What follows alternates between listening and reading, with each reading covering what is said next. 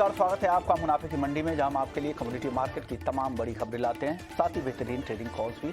आज हमारे साथ तीन खास मेहमान हैं। मनोज कुमार जैन हैं, पृथ्वी फिनमार्ट के डायरेक्टर है। साथ ही निर्मल बंग से हमारे साथ कुणाल शाह है और भाविक पटेल हैं ट्रेड बुल सिक्योरिटीज से। आप तीनों ही मेहमानों का स्वागत है। साथ ही कॉटन पर बात करने के लिए हमारे साथ अरुण सेखसरिया साहब एमडी हैं डीडी कॉटन के। आप चारों ही मेहमानों का ईटी नाउ स्वदेश पर स्वागत है। सबसे पहले देख लेते हैं आज की कुछ बड़ी खबरें जिन पर आपको नजर रखनी चाहिए। गोल्ड की बात करें तो शुरुआती कारोबार से ही हल्की गिरावट यहां पे दिख रही है। 150 रुपए के आसपास की फिलहाल कमजोरी है।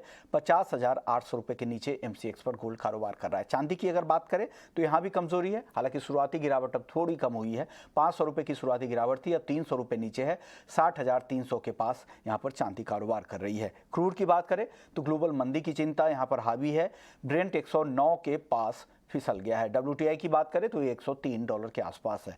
नेचुरल गैस यहां पर भी लगातार कमजोरी हम देख रहे हैं। 530 रुपए के अब नीचे आ गया है एमसीएक्स पर भाव। आज भी यहां पर गिरावट दिख रही है। कॉपर स्टॉक ज्यादा है, कम मांग की आशंका बनी हुई है, ग्लोबल रिसेशन की आशंका है, उसका यहां पर दबाव है। 720 के आसपास है, गिरावट के साथ कारोबार हो रहा है। एमसीएक्स पर फिलहाल 1% नीचे है। बाकी भी बेस मेटल्स आधे से 0.25% की कमजोरी ही दिखा रहे हैं। अब बात मार्केट की कर लेते हैं। टर्मरिक की बात करें, हल्दी की, तो यहां पर अच्छी घरेलू मांग है और 7,850 रुपए के आसपास हल्दी का जुलाई वायदा ट्रेड कर रहा है। जीरे की बात करें तो कम एक्सपोर्ट है और वायदा में भाव 20,900 के आसपास है। एक रेंज में घूम रहा है, लेकिन बायसनेस है वो निगेटिव टेरिटरी में है। धनिया की बात करें तो स्थिर एक्सपोर्ट, कम उत्पादन का असर है। यहां पर 11,100 से 11,200 के एक छोटे दायरे में ही एनसीडीएक्स पर जुलाई का वायदा घूम रहा है। मेंथा की बात करें तो सिंथेटिक मेंथा की सप्लाई बाजार में बढ़ी है, उससे यहां पर तेजी पर लगाम लगी है। 1020 1025 के आसपास छोटे से रेंज में आज एमसीएक्स मेंथा घूम रहा है। कॉटन की बात करें तो लगातार यहां पर बिकवाली है। जो पिछले महीने हमने रिकॉर्ड तेजी देखी थी, 50,300 के ऊपर भाव चले गए थे, वहां से 10% से भी ज्यादा की गिरावट आ चुकी है। जून के वायदा की बात करें तो 44,000 के आसपास कारोबार कर रहा है।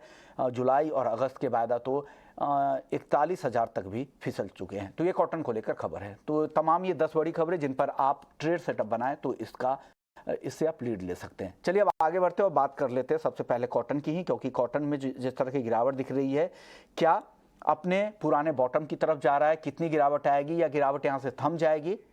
इन तमाम खबरों पर जानकारी देने के लिए हमारे साथ अरुण सेखसरिया साहब हैं, एमडी हैं डीडी कॉटन के। सर, स्वागत है आपका। सर, कॉटन में जिस तरह की बिकवाली हम लगातार देख रहे हैं, क्या लग रहा है, और यहां से गिरावट अभी बची है या जो सोइंग के जो इनिशियल नंबर आ रहे हैं उसका असर है?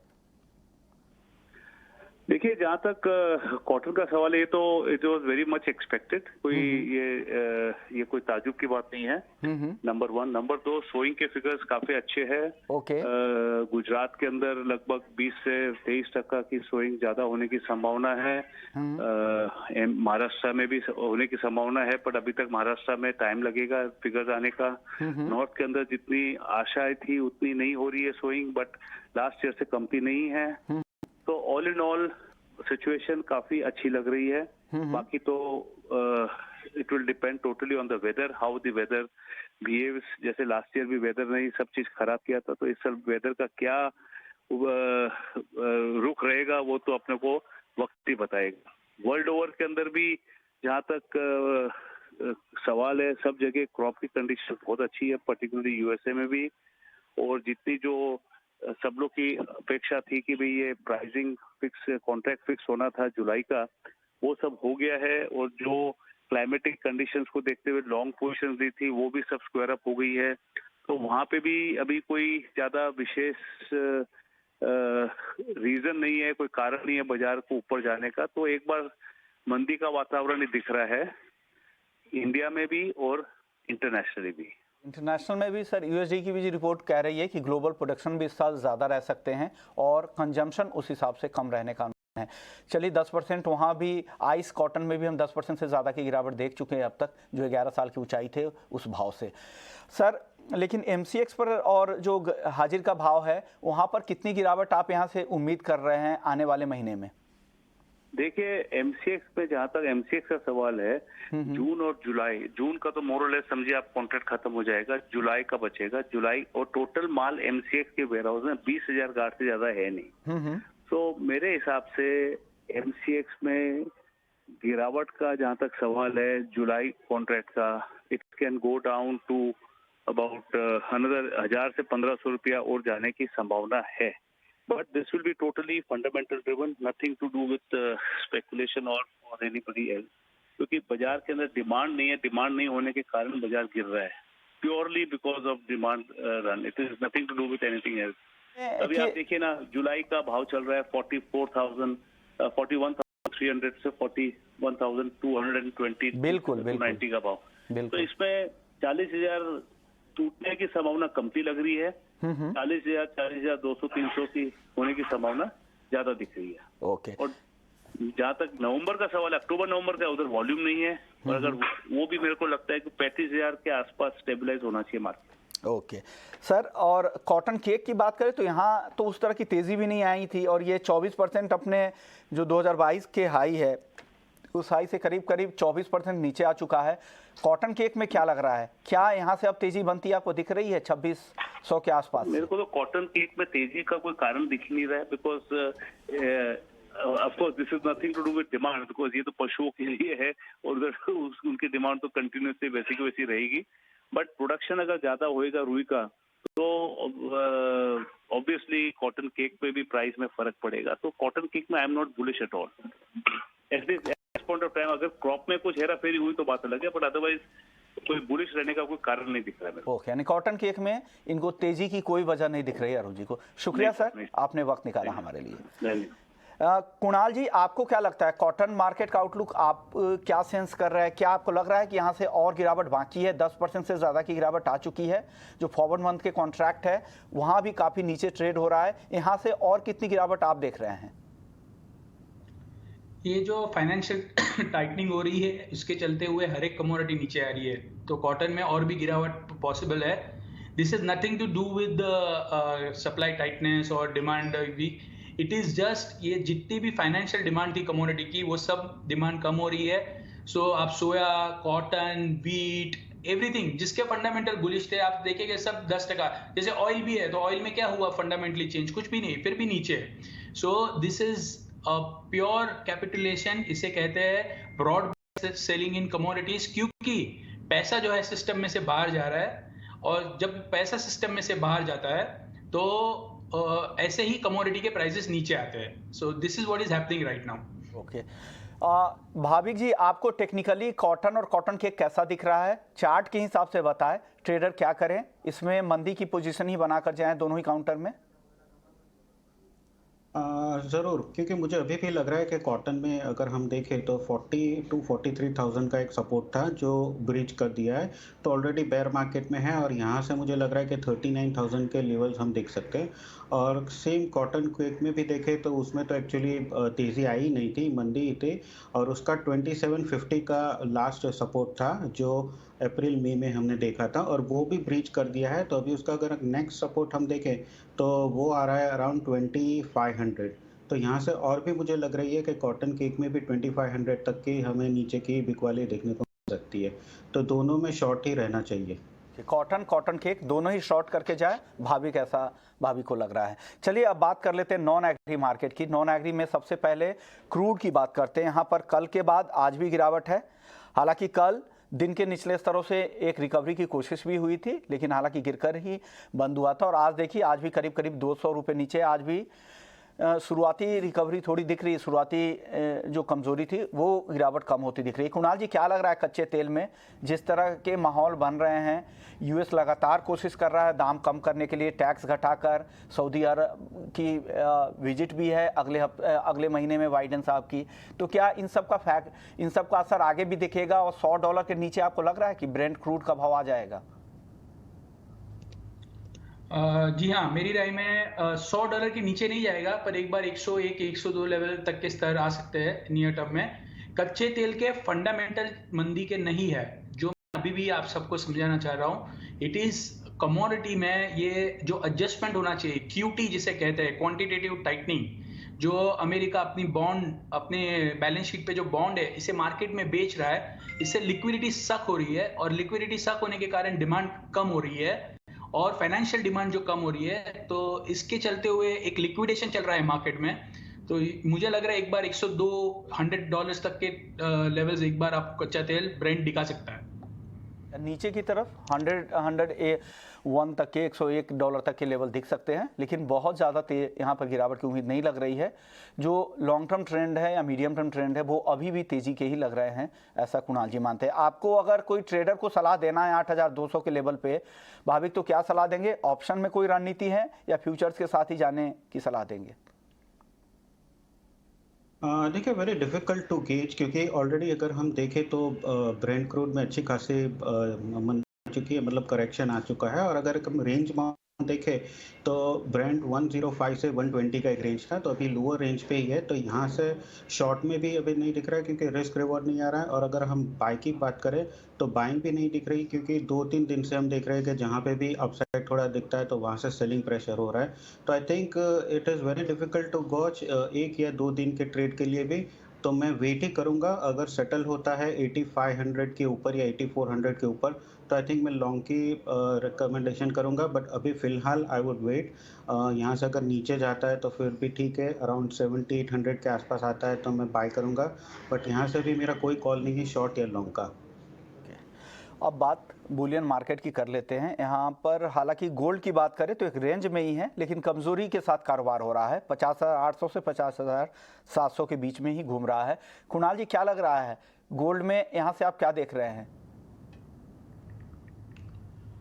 गोल्ड जैसे आपने कहा एक दायरे में है, पर मैं तो गोल्ड में बहुत तेजी में हूँ। ये जो भी अभी वर्ल्ड में चल रहा है ये गोल्ड के लिए बहुत ज़्यादा बुलिश है। सो गोल्ड बाई करो 50,700 750 में। टारगेट 51,200 का इनिशियली, 50,490 के नीचे नहीं जाना चाहिए। और ओवरऑल व्यू गोल्ड में बुलिश ही बन रहा है।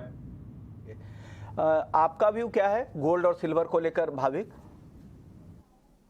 देखिए, गोल्ड में अगर हम देखें तो अभी भी सेंटीमेंट न्यूट्रल ही है, जहाँ पे बुल्स और बेयर दोनों टग ऑफ वॉर कर रहे हैं। बुल्स अभी इन्फ्लेशन और सेफ हेवन कार्ड्स प्ले कर रहे हैं, और बेयर्स अगर देखें तो राइजिंग रेट्स का इन्फ्लेशन कर रहा है। एफओएमसी के अभी मिनट फिनिश हुआ, तो उसके बाद अभी मोस्ट रिसेंट इन्फ्लेशनरी डेटा है, उसके लिए ही वेट कर रहे हैं। बट हाँ, 1805 1800 के करीब जब भी गोल्ड आता है तो वहाँ से हम बाइंग दिख रहे हैं, और 1850 1855 के वहाँ सेलर एक्टिव हो जाता है और वहाँ से सेलिंग दिख रही है। तो I think range bound trade movement ही रहेगा, और रेंज बाउंड ही हमें ट्रेड लेना चाहिए। आज के दिन अभी भी मुझे लग रहा है कि बाय एंड डिप्स की स्ट्रेटेजी रखनी चाहिए, कि जहाँ पे गोल्ड में अगस्त कॉन्ट्रैक्ट अराउंड 50,600 के करीब आता है, तो I would recommend long with target of 50,900, और स्टॉप लॉस इंट्राडे रहेगा 50,450 का। चांदी की बात करें तो चांदी में थोड़ी अभी भी अंडर परफॉर्मिंग दिख रही है, क्योंकि बेस मेटल्स अंडर परफॉर्म कर रहा है। और यूजुअली चांदी अगर देखें तो 70% उसका यूजेज इंडस्ट्रियल डिमांड है, और अभी इंडस्ट्रियल डिमांड इतनी पिकअप नहीं हुई है। तो चांदी मुझे अभी भी लग रहा है कि सेल में ही रहना चाहिए। आई थिंक जब तक 61,200 61,500 इंट्राडे नहीं जा रहा है, तो चांदी में मैं हेज की पोजीशन दूंगा, कि जहाँ पे 60,600 पे शॉर्ट कर सकते हैं 60,000 के टारगेट के लिए, और स्टॉप लॉस रख सकते हैं 61,200 का। ओके, हमारे साथ मनोज जैन साहब भी हैं। सर, जेरोम पॉवेल का जो बयान आया था कल यूएस कांग्रेस के सामने, उनके जो बयान थे, उन्होंने दोनों बातें कही। एक तो कि महंगाई कम करने पे उनका फोकस है, इसलिए ब्याज दरें भी बढ़ाते रहेंगे, और दूसरा उन्होंने इस बात संकेत दिए कि अमेरिका में मंदी के हालात बन सकते हैं। तो दोनों एक कॉन्ट्राडिक्ट भी एक तरह से कर रहा है। अगर मंदी के हालात बनेंगे तो उनके लिए दरें बढ़ाना भी उतना आसान नहीं होगा। ऐसे में आपको क्या लग रहा है बुलियन मार्केट में किस तरह से ट्रेड बनाना चाहिए? अगर किसी को पोजिशनल व्यू रखना है तो क्या करना चाहिए यहाँ से? नमस्कार ऋषिमोहन जी। बिल्कुल, यहाँ पे काफी कॉन्ट्रोडिक्टरी स्टेटमेंट जो है वो यूएस फेड चेयरमैन की तरफ से आए थे, लेकिन जिस तरह से हम देख रहे हैं कि दुनिया भर में इन्फ्लेशन अभी भी एक बड़ी चिंता का विषय है, तो वो कहीं ना कहीं सोने की कीमतों को लोअर लेवल्स पर अभी भी सपोर्ट किए हुए है।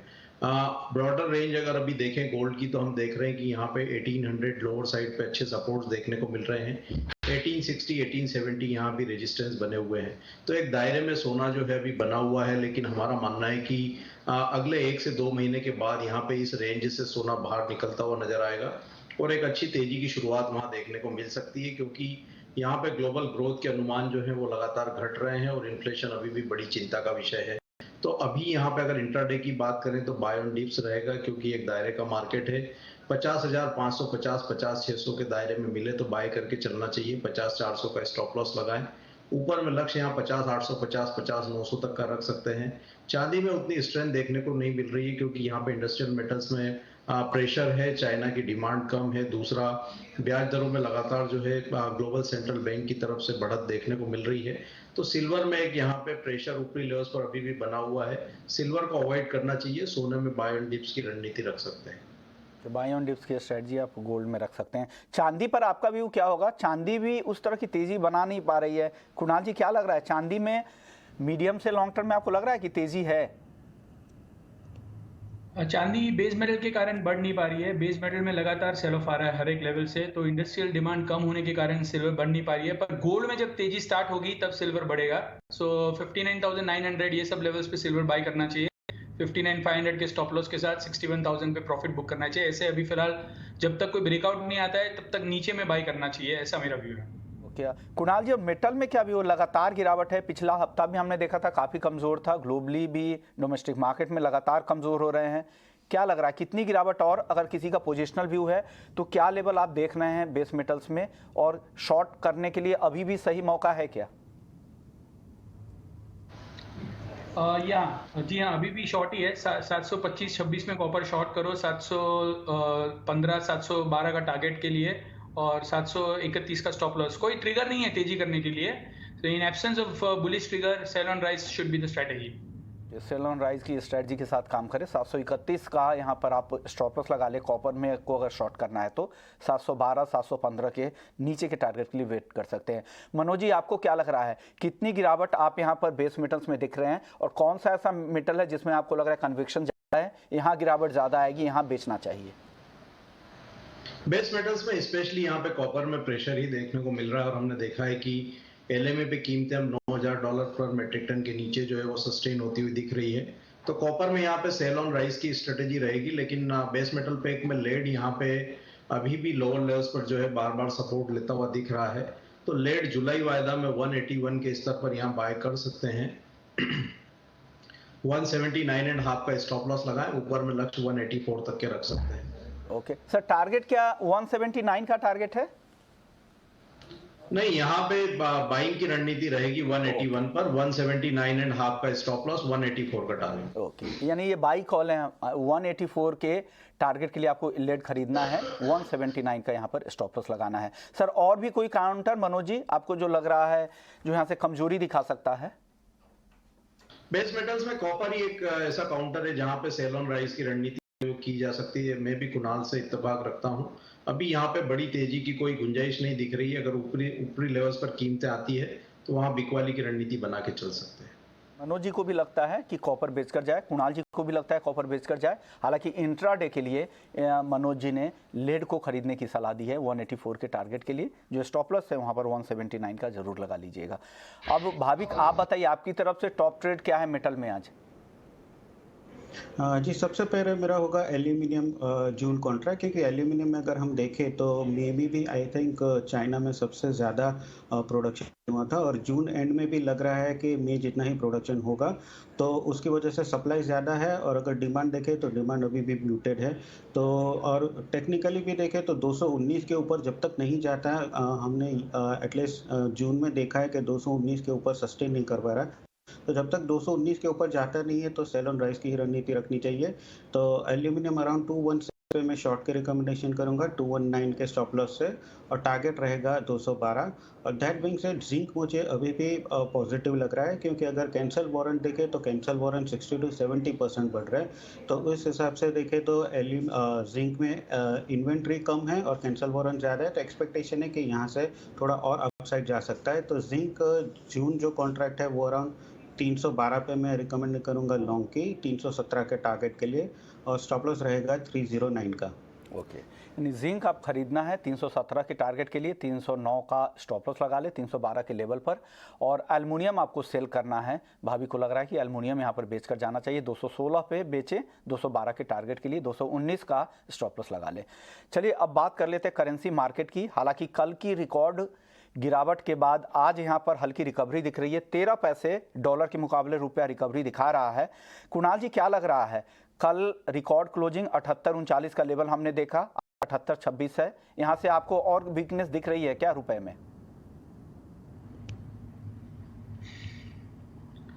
मुझे लग रहा है कि रुपी ओवरऑल अभी फिलहाल जब तक ये जो QT चालू है तब तक बहुत ज़्यादा अप्रिशिएट नहीं हो पाएगा।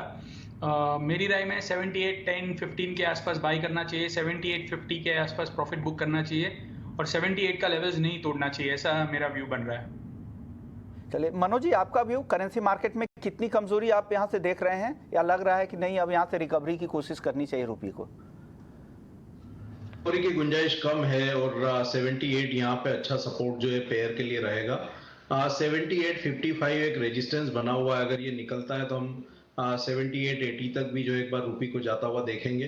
तो अभी यहाँ पे रुपी में तेजी की गुंजाइश कम लगती है, ग्रेजुअली यहाँ पे वीकनेस ही देखने को मिलेगी और एक बार हम 78-80 तक भी यहाँ पे पेयर को आते हुए देखेंगे। चलिए अब मार्केट की चाल वापस से देख लेते हैं। कॉटन और कॉटन केक की बात हो गई थी। ग्वारसीड ग्वारगम मॉनसून की खबर के बाद से लगातार यहाँ पर दबाव है। हालांकि कल के सत्र में रिकवरी की कोशिश हो रही थी, लेकिन आज फिर से दबाव है। मनोज जी, क्या लग रहा है ग्वारसीड ग्वारगम यहाँ और गिरावट दिख रही है आपको? बिल्कुल, यहाँ पे हमने जो इंपॉर्टेंट सपोर्ट लेवल है वो टूटते हुए देखे थे और अब यहाँ पे उन लेवल के नीचे दोनों ही कमोडिटी सस्टेन हो रही है लगातार। ग्वारसीड जब तक 5,600 रुपए के ऊपर यहाँ नहीं चलता तब तक यहाँ तेजी की गुंजाइश नहीं है। ऑन द डाउन साइड यहाँ पे आने वाले दिनों में हम मान रहे हैं कि 5,250, 5,200 तक के स्तर भी जो है वो ग्वारसीड में देखने को मिल सकते हैं। वहीं अगर मैं ग्वारगम की बात करूं तो यहाँ भी जो है ब्रेकडाउन देखने को मिला था और कीमतें लगातार लोअर लेवल्स पर जो है सस्टेन हो रही है। 10,500 अब यहाँ ग्वारगम के लिए अहम रेजिस्टेंस रहेगा और उसके नीचे कीमतें बनी रहती है तो हम 9,800, 9,700 तक के स्तर भी देखेंगे। तो यहाँ पे बिकवाली में बने रह सकते हैं। अब दोनों ही कमोडिटी में और भी गिरावट की संभावना है यहाँ पे। भाविक, मसाले की अगर बात करें तो आज जीरा ही एक ऐसा काउंटर है जहां पर हल्की तेजी दिख रही है, आधे % के आसपास। क्या जीरा खरीदना चाहिए क्या आज? जी ज़रूर, जीरा खरीदना चाहिए क्योंकि वैसे तो मॉनसून सीज़न में डिमांड जीरा की कम होती है, पर अगर मंडी में देखें तो यूजुअली इस टाइम 9,000 बैग्स आनी चाहिए, बट अभी 5,000 बैग्स ही आ रही है, तो कहीं ना कहीं सप्लाई में भी थोड़ी कंस्ट्रेंट है। और टेक्निकली भी मुझे लग रहा है कि आज जीरा में पॉजिटिव डायरेक्शन देखने को मिल सकता है। तो जुलाई कॉन्ट्रैक्ट है वो 20,600 के करीब मैं लॉन्ग के रिकमेंडेशन करूँगा 21,000 के टारगेट के लिए, और इंट्राडे स्टॉप लॉस रहेगा 20,300 का। मनोज जी, कॉटन और स्पाइसेस दोनों में कोई टॉप ट्रेड है आज के लिए, क्योंकि कॉटन पर आपसे बात नहीं हो पाई थी? नहीं, कॉटन में मेरा मानना है कि यहाँ पे इंटरनेशनल मार्केट में प्रेशर देखने को मिल रहा है और उसका असर भारतीय बाजारों में भी है। जो आइस कॉटन फ्यूचर्स का जो दिसंबर वायदा है वहां पे हमने बड़ी गिरावट देखी है और कीमतें 110 सेंट के नीचे फिसल गई है। अगर हम MCX जुलाई कॉन्ट्रैक्ट की बात करें तो यहाँ भी हम देख रहे हैं कि 41,500 के नीचे ट्रेड हो रहा है वायदा। तो यहाँ पे और भी जो है गिरावट देखने को मिल सकती है। अगर 41,600 तक जुलाई कॉन्ट्रैक्ट आता है तो फिर वहां पे फ्रेश जो है वो सेलिंग कर सकते हैं 42,200 का स्टॉप लॉस रख के। यहाँ पे मेरा मानना है कि 40,700, 40,500 तक के स्तर भी जो है वो देखने को मिल सकते हैं। तो थोड़ा सा अगर उछाला मिले तो बेच के चलना चाहिए, यहाँ भी और भी गिरावट देखने को मिल सकती है। चलिए, शो को यहीं समेटेंगे। शुक्रिया मनोज जी आपका, कुणाल जी आपका और भाविक आपका, आप लोगों ने वक्त निकाला ट्रेडिंग कॉल। तो मुनाफे की मंडी में फिलहाल इतना ही, लेकिन आप